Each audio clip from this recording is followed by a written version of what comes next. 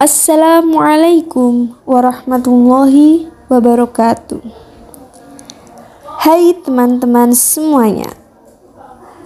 Di sini saya akan menyampaikan materi tentang Makkiyah dan Madaniyah. Ada 3 pendapat yang dikemukakan oleh ulama, yaitu yang pertama berdasarkan tempat turunnya suatu ayat. Makkiyah ialah suatu ayat yang diturunkan di Mekah dan di sekitarnya, seperti ayat yang turun kepada Nabi Muhammad SAW. Dan yang kedua, berdasarkan kitab atau seruan dari ayat tersebut.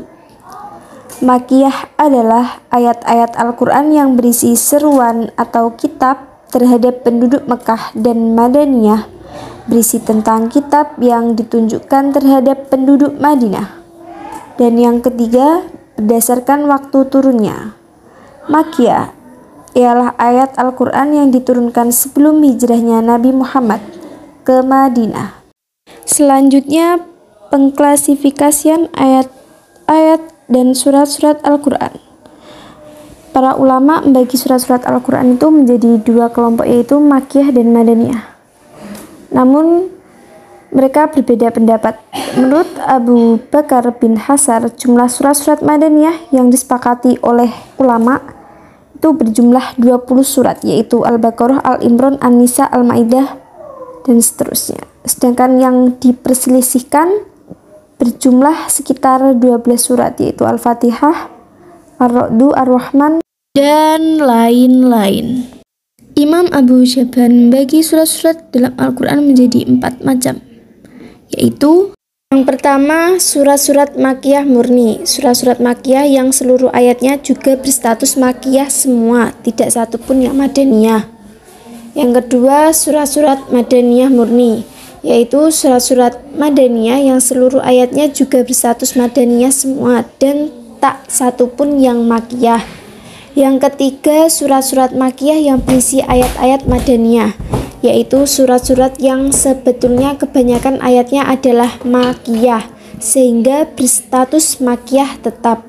Yang keempat, surat-surat Madaniyah yang berisi ayat-ayat Makkiyah, yaitu surat-surat yang sebetulnya kebanyakan ayatnya adalah Madaniyah, sehingga berstatus sebagai surat Madaniyah, tapi dalamnya ada sedikit ayatnya yang berstatus Makkiyah.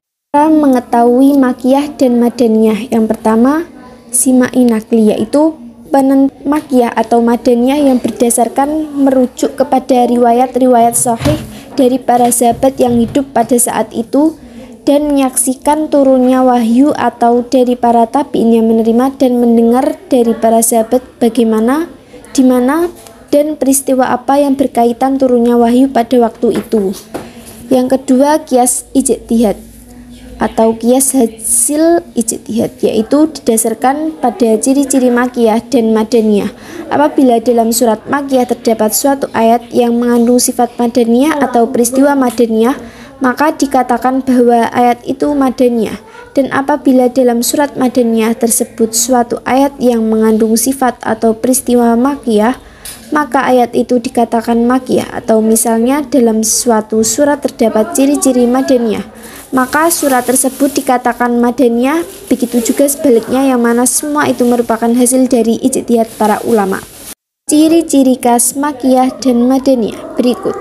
Sejumlah ciri-ciri surat Makkiyah dilihat dari gaya bahasa dan temanya. Yang pertama, ayat dan surat-suratnya pendek dan ringkas, serta memiliki kesamaan cara penyampaian atau gaya bahasanya. Yang kedua, ayat atau suratnya berisikan seruan tentang dasar-dasar keimanan kepada Allah Subhanahu wa Ta'ala seputar wahyu, alam gaib, hari akhir, serta gambaran tentang surga dan neraka. Yang ketiga, berisikan seruan untuk memegang teguh akhlak al-karimah dan istiqomah dalam berbuat kebajikan. Yang keempat, berisi perlawanan terhadap kaum musyrik dan memberantas cita-cita mereka.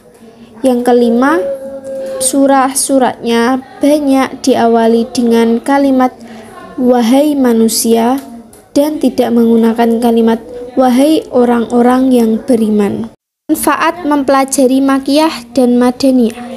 Yang pertama, untuk dijadikan sebagai alat bantu dalam menafsirkan Al-Quran. Yang kedua, dengan ilmu ini seseorang akan mengetahui sejarah pensyariatan hukum dan proses terbentuknya sebuah hukum secara bertahap-tahap. Yang ketiga, ilmu ini dapat meningkatkan keyakinan kita terhadap kebesaran, kesucian, dan keaslian Al-Quran karena melihat besarnya perhatian umat Islam terhadap hal-hal. 4. Dengan mengetahui ilmu ini mendorong kita untuk meresapi gaya bahasa Al-Quran dan memanfaatkannya dalam metode berdakwah menuju jalan Allah. Yang kelima, mengetahui sejarah hidup Nabi melalui ayat-ayat Al-Quran, sebab turunnya wahyu kepada Rasulullah sejalan dengan sejarah dakwah dengan segala peristiwanya, baik pada periode Mekah maupun pada periode Madinah. Kesimpulan yang pertama, pengetahuan tentang ayat-ayat Makkiyah dan Madaniyah merupakan bagian terpenting dalam ulum Al-Quran. Hal ini bukan saja merupakan kepentingan kesejarahan, melainkan juga untuk memahami dan menafsirkan ayat-ayat yang bersangkutan. 2. Para ulama mendefinisikan Makkiyah dan Madaniyah berdasarkan tempat turunnya suatu ayat, berdasarkan kitab dalam ayat tersebut, dan berdasarkan waktu turunnya ayat tersebut. 3.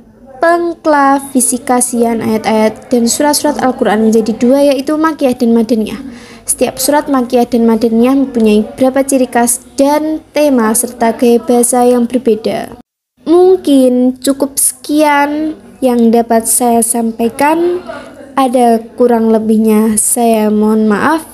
Wassalamualaikum warahmatullahi wabarakatuh.